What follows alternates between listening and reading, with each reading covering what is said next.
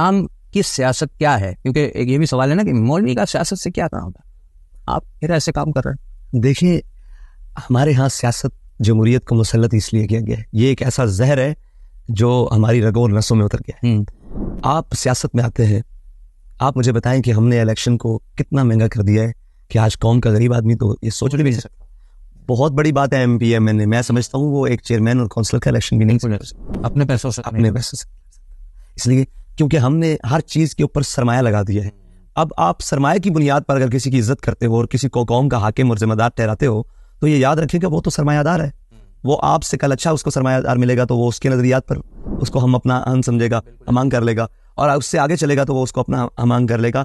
تو اسلام کی بنیاد سیاست پر نہیں ہے، اسلام کی سیاست کی بنیاد سرمایہ پر نہیں ہے، اسلام کی سیاست کی بنیاد تقوی پر ہے. ٹھیک ہے جی. میرے آقا مولا صلی اللہ تعالیٰ علیہ وسلم کا فرمان ہے، یہ غور کیجیے گا کہ قوم کا سردار قوم کا خادم ہوتا ہے. ٹھیک ہے جی. اپنوں کے لیے وہ نرم ہوتا ہے، غیروں کے لیے سخت ہوتا ہے، گرم ہوتا ہے. ہمارے ہاں سیاست کا تصور ہی الٹ ہے. قوم کا جتنا چور اور چکا ہے، جتنا کرپٹ اور بدعنوان ہے، وہ قوم کا رہبر اور رہنما ہے. اس لیے کیونکہ سیاست کی بنیاد سرمایہ پر ہے. جب سرمایہ پر بات آئے گی تو جو حق کا سرمایہ ہے، سچ کا سرمایہ ہے، وہ ہوگا تھوڑا، لیکن وہ ہم اس لیے کوشش کرتے ہیں کہ سرمایہ داروں کو چھوڑ کر نظریات کو پروموٹ کیا. بڑی دلچسپ بات ہو گئی. یعنی سرمایہ ہے تو وہ جو ایک سوال میرے ذہن میں تھا، بہت سارے لوگوں کے ذہن میں ہے کہ بھائی سب کے ایڈ چل رہے ہیں، کیمپینز چل رہی ہیں، اخباروں میں چھپ رہا ہے، ٹیلی ویژن پہ آ رہا ہے، لیکن ٹی ایل پی کا کہیں پہ نام و نشان نظر نہیں آ رہا. تو وہ نظر آتا ہے کہ سرمایہ کی بنیاد پہ ہر جگہ ہر چیز دکھائی دیتی ہے. وہ علامہ اقبال نے کہا نا، اگرچہ ضربی ہے جہاں میں کاذل حاجات، اگرچہ ضربی ہے جہاں میں کاذل حاجات، جو فقر سے میسر ہے توانگری سے. یہ بات طے ہے.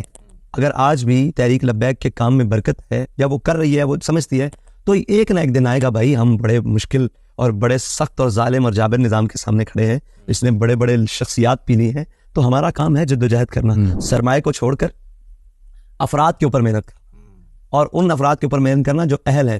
کبھی تو وقت آئے گا، کتاب رہے گی کب تک سادہ، کبھی تو آغاز باب ہوگا. تو الحمدللہ بہت ہو گیا. رہی بات سرمایہ کی، اگرچہ زر ہیں جہاں میں کاذل حاجات، جو فقر سے میسر ہے تمنگری سے نہیں، اور سبب کچھ اور ہے جس کو تو خود سمجھتا ہے، زوال بندہ مومن کا بے زری سے نہیں. بال کہتا ہے سبب کچھ اور ہے. اس کا سبب پتہ ہے کیا ہے؟ ہم یہ کہیں کہ ہم بے زر ہیں اور قوم ہمیں پسند نہیں کر رہی، یہ غلط بات ہے. آپ بے زر ہیں، آپ کے پاس کوئی مال دولت نہیں ہے، قوم کو مال و دولت نہیں چاہیے. یہ کچھ طبقہ ہے جو ہمارے اوپر مسلط ہے، وہ کچھ خاندان قوانین جو انگریز یہاں چھوڑ کر گیا ہے. آج بھی انہی خاندانوں کے جو سپوت ہیں وہ آج بھی اس سے مسلط ہیں. مجھے تو حیرانگی تب ہوئی کہ جب میں راجہ پرویز اشرف کے حلقے میں جناب کیمپین کر رہا تھا تو وہاں ایک شخص کھڑا ہوا، اس نے کہا کہ آج میں تاریخ کے اوراق ذرا درست کر دوں، آج میں تاریخ کو درست کر دوں. میں نے کہا یہ شخص کیا کہے گا؟ میں نے کہا کہ اس نے باتیں شروع کی. اس نے کہا کہ جس شخص کے مقابلے میں ہم الیکشن میں کھڑے ہیں، راجہ پرویز اشرف اس کا نام ہے، اس کے دادا کو یا غالباً اس کے والد کو انگریز نے اعزازی بریگیڈیئر بنایا تھا اس لیے کہ یہ ان کے وفادار تھے. تو بھائی ان کے خاندان اور پھر میں بڑے بڑے علاقوں میں گیا، بڑے بڑے خان اور سردار جتنے ہیں وہ وہی لوگ ہیں جنہوں نے انگریز سے وفاداریاں کی ان کے ساتھ. تو بھائی ان کی نسلیں آج بھی چل رہی ہیں.